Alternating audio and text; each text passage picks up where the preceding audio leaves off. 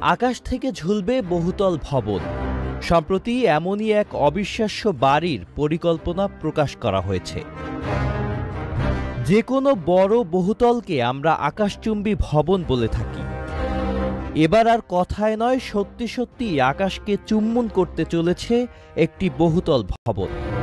পৃথিবীকে প্রদক্ষিণকারী একটি গ্রহাণু থেকে তার দিয়ে বাঁধা অবস্থায় ঝুলে থাকবে ভবনটি।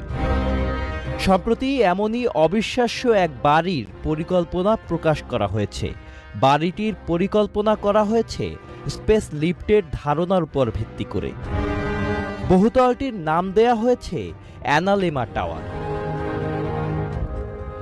তৈরি হওয়ার পর এটি হবে বিশ্বের সবচেয়ে উঁচু ভবন। রেস্তোরাঁ, দোকান, অফিস, বাগান, অ্যাপার্টমেন্ট, এমনকি ঈশ্বরের উপাসনার জায়গাও থাকবে শত শত তলার এই ভবনটিতে। সেই সঙ্গে এই ভবন থেকে দেখা যাবে পৃথিবীর অভূতপূর্ব দৃশ্য, কারণ এটি প্রতিদিন উত্তর থেকে দক্ষিণ গোলার্ধের মধ্যে প্রদক্ষিণ করবে।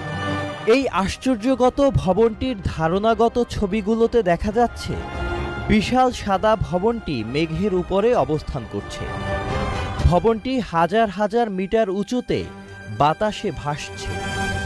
পরিকল্পনা অনুযায়ী ভবনটি মাটি থেকে ৩,৪০০ মিটার উঁচুতে ঝুলে থাকবে। শুধুমাত্র ড্রোনের মাধ্যমে যাওয়া যাবে ভবনটিতে। এই দুঃসাহসী পরিকল্পনা করেছে আর্কিটেকচার ফার্ম ক্লাউডস এও।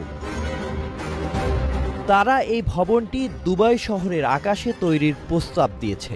তাদের পরিকল্পনা হলো একটি গ্রহাণুকে পৃথিবীর কক্ষপথে পাঠিয়ে তা থেকে উচ্চ শক্তির তার ঝুলিয়ে সেই তারের উপর ভবনটি নির্মাণ করা। ক্লাউডস এও জানিয়েছে, গ্রহাণুগুলোকে ম্যানিপুলেট করা এখন আর কল্পবিজ্ঞানের কাহিনীর মতো নয়।